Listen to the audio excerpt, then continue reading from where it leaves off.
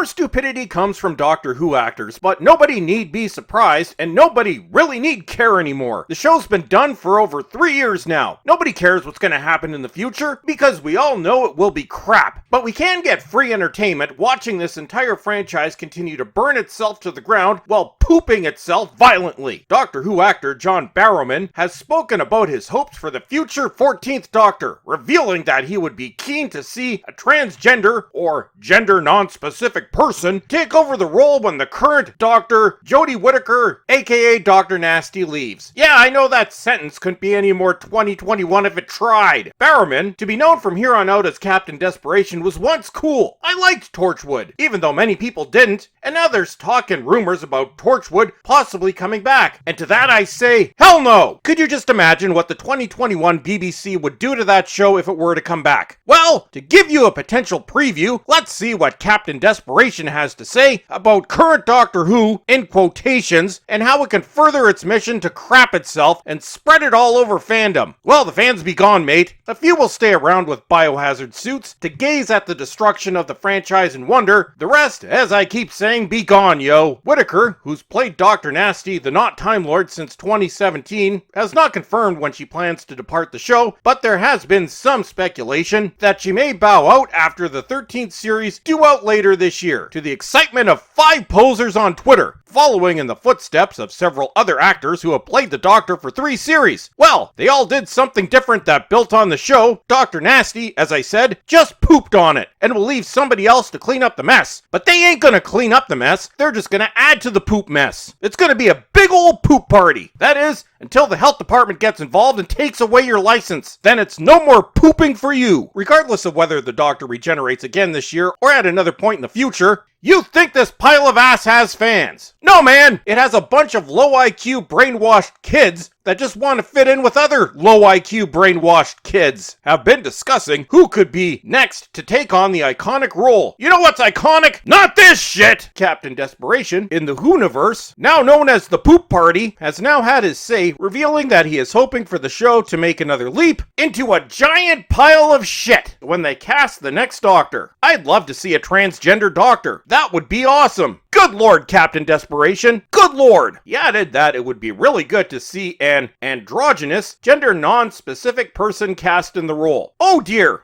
Logic time. I know Logic has been cancelled along with the Cars, Toys, Muppets, dead authors, fictional characters, and anybody that so much as looks the wrong way at the army of woke simpletons, but we still use Logic here. So, Captain Desperation, I'm assuming you mean that there should be an open casting call and people of both genders and people that identify as other things, and from that open casting call, you hope that a non-binary, whatever the terms are, I just can't keep up anymore, will rise to the top and outperform everyone else, and will be the best choice for the job. Yeah, sorry I couldn't keep a straight face anymore. Let's just cast whoever walks in as long as they got the right pronouns and hate the straight white folks. With Jodie, they made a leap into a giant pile of shit, referring to her being the first female Doctor. The first female Doctor? Well, I had no idea. I mean, they never talk about it. They made a huge leap and it worked for them. In their mission of hatred, in every other way, not so much. And then it's time for them to take another leap. Hang on, folks. It's going to be a humdinger. Barrowman, who is currently on screens as a judge on Dancing on Ice. I don't watch it, but I heard it's crap. Went on to say that the increasing diversity among companions on the show should be reflected in the Doctor. In other words, go away straight white dudes, except the occasional one that we bring in to make fun of and force him to repent for being a terrible straight white dude. I was the first openly gay character playing a character like Captain Jack, who we called omnisexual. So many terms. He didn't care who he slept with really, and he was unapologetic about his sexuality. Actually, my desperate friend, if you will notice, nobody had a problem with Jack being bisexual, or whatever it's called now. That wasn't the focus of his character. It was just one of his traits. But that ain't what we do anymore now, is it? We have had LGBTQ plus representation on the TARDIS. Yep.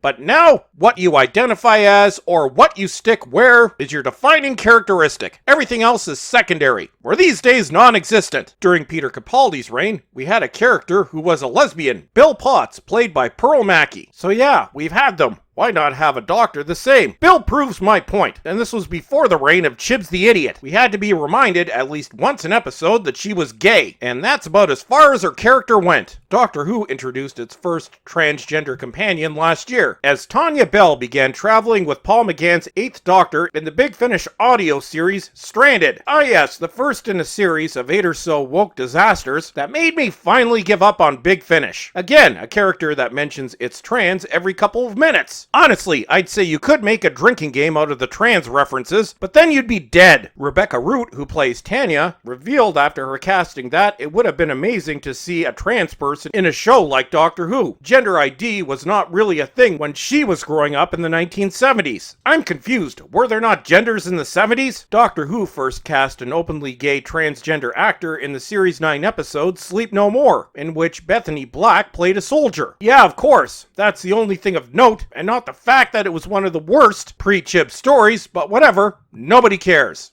And that's it for today. As always, everyone, thanks for watching and have a great day.